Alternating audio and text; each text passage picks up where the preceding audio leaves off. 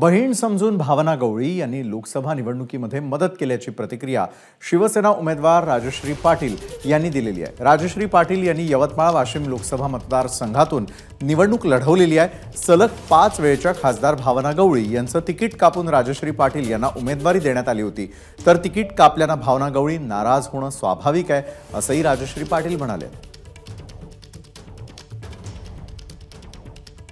त्यांनी एक लहान बहीण म्हणून मला त्यांच्याकडे मदत केली। खूप काळ ते नाराज होत्या, म्हणजे प्रचार सुरू झाल्यानंतरही प्रचारात ऍक्टिव्ह नव्हत्या। तुम्हाला वाटते का त्यांनी काम केलं वगैरे? निश्चित केलं असेल। माननीय मुख्यमंत्र्यांची रॅली झाली, माझ्या 1-2 सभांमध्ये त्या माझ्यासोबत होत्या आणि एवढा मोठा मतदारसंघ मी सगळीकडे फिरत होते।